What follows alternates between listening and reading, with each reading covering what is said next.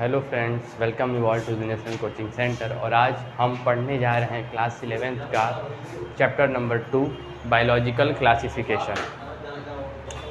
इस चैप्टर में हमको पढ़ना है ये कि हमारे जो लिविंग ऑर्गेनिज्म हैं उनको क्लासीफाई कैसे करें कि ये लिविंग ऑर्गेनिज्म है। जो पहला चैप्टर था वो क्या था, वो अलग वे में था, उसको डेफिनेशन बताना था कि लिविंग ऑर्गेनिज्म क्या होते हैं, और इसमें वो क्लासीफाई करना है जितने लिविंग ऑर्गेनिज्म वो क्लासीफाई करना है, अलग अलग कैटेगरी में डिवाइड करना है।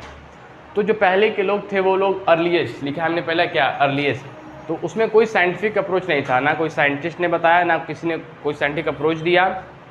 बस लोगों का ये मानना था कि हाँ, इस पेड़ से हमको भोजन मिल रहा है, इस पेड़ से हमको खाना मिल रहा है, इस पेड़ से हमको फाइबर मिल रहा है, इस पेड़ से अगर हम लकड़ियाँ काट के जाएँ तो हमको लकड़ियाँ जलाने के लिए मिल जाएंगी, इस पेड़ से अपना हम घर बना सकते हैं। तो बस only the use of people, बस लोगों के यूज के लिए उन्होंने क्या किया, डिवाइड कर दिया। किसमें, use of organism, no scientific approach, बस डिवाइड कर दिया किसमें कि हाँ ये प्लांटी हो जाएगा, ये एनिमलिया हो जाएगा, वैसे डिवाइड कर दिया कि हमको हमसे ये चीज़ मिल जा रहा है तो इसको इस कैटेगरी में डाल दो, इससे फल मिल जाता है, इससे तेल मिल जाता है। तो अर्लीस्ट था, अर्लीस्ट मतलब पहले के मतलब लोगों ने क्या डिवाइड कर दिया कि यूज़ ऑफ ऑर्गेनिज्म के क्या क्या यूज़ हैं उसी पर उन्होंने डिवाइड कर दिया, क्लासीफाई कर दिया कि इस पेड़ से तेल मिल जाता है, इसको कैटेगरी में रख दिया जाए, इससे खाना मिलता है तो खाने वाले में डाल दिया जाए, इससे लकड़ी मिलता है तो लकड़ी वाले में डाल दिया जाए। नो साइंटिफिक अप्रोच, कोई साइंटिफिक अप्रोच नहीं था, कोई भी साइंटिफिक अप्रोच नहीं था। फिर सेकंड जो हमारे साइंटिस्ट आते हैं एरिस्टोटले, इन्होंने पहली बार क्या दिया, साइंटिफिक अप्रोच। तो scientific approach first scientific approach पहली बार क्या दिया, साइंटिफिक अप्रोच। इन्होंने क्या बताया कि इन्होंने दो चीज़ों में क्लासीफाई कर दिया, एक प्लांटी में और एक एनिमिलिया में। इन्होंने फर्स्ट साइंटिफिक अप्रोच दिया किसमें, लिविंग ऑर्गेनिज्म को एक बार डिफाइन कर दिया प्लांट्स में और एक में एनिमल में। इन्होंने प्लांट्स को डिफाइन किया हर्ब, शर्ब और ट्री, मतलब छोटे जो घास वास होते हैं उससे बड़े वाले जो शर्ब होते हैं उसके बड़े वाले लंबे लंबे ट्री।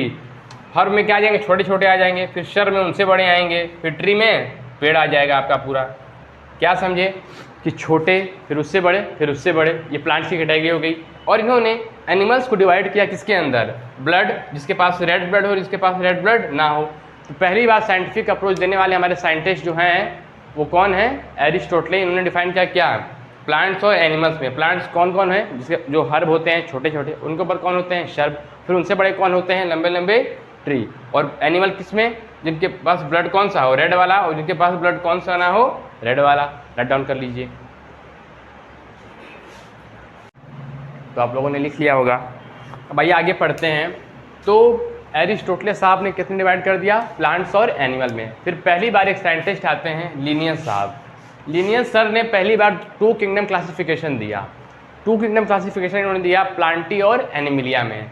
तो लिविंग ऑर्गेनिज्म को किसमें डिवाइड किया, divided into Plantae and Animalia. ये दोनों क्या है, किंगडम है, किंगडम प्लांटी और किंगडम एनिमिलिया।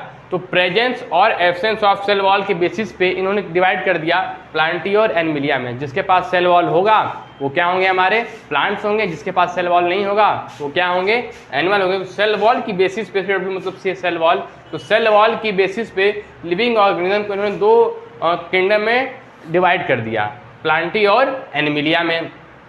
तो जो हमारा पहला किंगडम है प्लांटी, प्लांटी के बारे में हम लोग जानते हैं कि मोस्टली जो प्लांटी में आते हैं वो क्या होते हैं, मल्टी सेलुलर होते हैं। जैसे एल्गी दिया है, एल्गी क्या है, यूकैरियोटिक है। एल्गी भी किस में आता है, प्लांटी में ही आता है।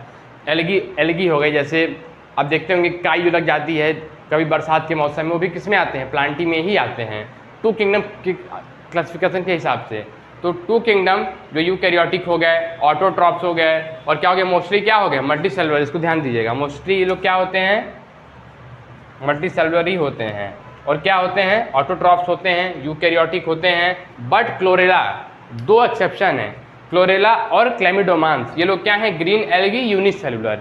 ये लोग भी क्या हैं, एल्गी ही हैं, बट क्या है, यूनिसेलुलर है, बट मोस्टली क्या होते हैं, मल्टी सेलुलर। ये दोनों क्या है, क्लोरेला और क्लेमिडोमांस ग्रीन एल्गी हैं। राइट डाउन कर लीजिए इसको। अब देखिए जो आपने 2 लाइन लिखा है, अब उसके बाद ही कंटिन्यू करना है यहाँ से। जैसे हमने लिखा था अभी एल्गी के बारे में हमने बताया, वैसे ही bryophyta, pteridophyta, gymnosperm, angiosperm, bacteria, fungi, ये सब किस में आते थे, 2 किंगडम में, प्लांटी में ही आते थे। 2 किंगडम के क्लासिफिकेशन में ये सारे किस में आते थे, और एल्गी को इंक्लूड करके प्लांटी में ही आते थे। तो जो ब्रायोफाइटा होते हैं ये मोस्टली क्या होते हैं, यूकैरियोट, ऑटोट्रॉफ्स और मल्टीसेलुलर होते हैं। जिम्नोस्पर्म में क्या होते हैं, यूकैरियोट, ऑटोट्रॉफिक और मल्टीसेलुलर होते हैं। टेरिडोफाइट भी यूकैरियोट, ऑटोट्रॉफिक, मल्टीसेलुलर होते हैं। एंजियोस्पर्म तक यूकैरियोट, ऑटोट्रॉफिक और मल्टीसेलुलर होते हैं। बैक्टीरिया और फंजाई में अलग अलग दो चीज़ें हैं, ध्यान दीजिएगा। बैक्टीरिया में क्या जाता है, ये क्या हो जाते हैं, प्रोकैरियोटिक, क्या हो जाते हैं, प्रोकैरियोट्स हो जाते हैं, प्रोकैरियोट्स हो जाते हैं। उसके बाद ये हेटेरोट्रॉफिक भी होते हैं, ये क्या हो जाते हैं, हेटेरोट्रॉफिक भी, हेटेरोट्रॉफ्स भी हो जाते हैं और ऑटोट्रॉफ्स भी रहते हैं। मल्टीसेलुलर तो रहते ही रहते हैं। और यूकैरियोट्स, फंजाई में यूकैरियोट्स भी रहता है, हेटेरोट्रॉफ्स रहता है। ऑटोट्रॉफ्स के बदले यहाँ पे क्या आ गया है, हेटेरोट्रॉफ्स आ गया है, ध्यान दीजिएगा। यहाँ पे क्या आ गया है, हेटेरोट्रॉफ्स आ गया है। और मोस्टली क्या होते हैं ये लोग, मल्टीसेलुलर ही होते हैं, यानी फंजाई मोस्टली क्या होते हैं, मल्टीसेलुलर होते हैं। ये पूरा चार्ट अच्छे से याद कर लेंगे तो आसानी रहेगी, इसको राइट डाउन कर लीजिएगा। एक बार फिर समझ लेते हैं कि algae, bryophyta, pteridophyta, gymnosperm, angiosperm, उसके बाद बैक्टीरिया और फंजाई, ये सब किस में आते हैं, प्लांटी में ही आते हैं, टू किंगडम क्लासिफिकेशन में। और यहाँ तक एंजियोस्पर्म तक यूकैरियोट, ऑटोट्रॉफिक और मल्टीसेलुलर ऑर्गेनिज्म होते हैं। फंजाई में क्या होता है कि यूकैरियोट के बदले क्या हो जाता है, प्रोकैरियोट्स, और हेटेरोट्रॉफिक ऑटोट्रॉफिक दोनों रहते हैं और मल्टीसेलुलर तो रहते ही रहते हैं। फंजाई में क्या हो जाता है, प्रोकैरियोट के बदले यूकैरियोट हो जाता है यहाँ पे। और ऑटोट्रॉफ्स क्या, मतलब ऑटोट्रॉफ्स से नहीं रहते और क्या हो जाते हैं, हेटेरोट्रॉफ्स हो जाते हैं और क्या हो जाते हैं, मल्टीसेलुलर। इसको राइट डाउन कर लीजिए। आप लोगों ने प्लांटी तो लिख लिया होगा। और जो दूसरा है हमारा क्या, एनिमिलिया, इसके बारे में बता दें आपको। इसके अंदर कौन कौन आते थे उस टाइम, वर्टिब्रेट आते थे। वर्टिब्रेट मतलब जैसे आप समझ लीजिए, जैसे वर्टिब्रेट में कैसे बताएं, जिसके पास स्पाइन होता था, those which have spine. Vertebrate का मतलब लिख लीजिए, those which have spine, which have spine. इसमें क्या आएंगे, which do not have spine. और प्रोटोजोआ में अमीबा, पैरामीशियम। इनवर्टिब्रेट में हो सकते हैं बटरफ्लाई हो गए, वो सब हो गए, ठीक है। तो एनिमल में वर्टिब्रेट, इनवर्टिब्रेट और प्रोटोजोआन, ये तीनों आते थे। प्रोटोजोआन का मतलब हो गया आपका अमीबा, पैरामीशियम, छोटे छोटे जो होते हैं। इनवर्टिब्रेट में हो गए जिसके पास स्पाइन ना हो, और वर्टिब्रेट वो होते हैं जिसके पास स्पाइन हो। इसको राइट डाउन कर लीजिए आप लोग। तो आप लोगों ने प्लांटी तो लिख लिया होगा। और प्लांटी के बाद आता है सेकंड हमारा एनिमिलिया। एनिमिलिया में क्या क्या आते हैं, वर्टिब्रेट्स, इनवर्टिब्रेट्स, प्रोटोजोआन। प्रोटोजोआन में क्या आ गया, अमीबा और पैरामीशियम। वर्टिब्रेट्स क्या होता है, जैसे हमारा बर्ड्स हो गए जो फ्लाई कर सकते हैं, वो सब किसके अंदर आते हैं, वर्टिब्रेट्स के अंदर आते हैं। विच हैव स्पाइन, जिसके पास होता है। और invertebrate do not have spine, जो इंसेक्ट हो गए, ठीक है, वो सब किसके अंदर आएंगे, इनवर्टिब्रेट के अंदर आएंगे। और प्रोटोजोआन के अंदर अमीबा और पैरामीशियम आते हैं। आई बस आगे और डिटेल करना है, इसको राइट डाउन कर लीजिए आप लोग। अब देखिए हम लोगों ने पढ़ लिया है प्लांटी और एनिमिलिया। अब प्लांटी और एनिमिलिया हमको क्या पढ़ना है, ड्रॉबैक, यानी टू किंगडम क्लासिफिकेशन का क्या पढ़ना है हमको, ड्रॉबैक। आखिर ऐसा क्या हुआ कि टू किंगडम क्लासिफिकेशन को हटा दिया गया और थ्री किंगडम क्लासिफिकेशन आ गया, फिर उसका भी हम लोग ड्रॉबैक पढ़ेंगे।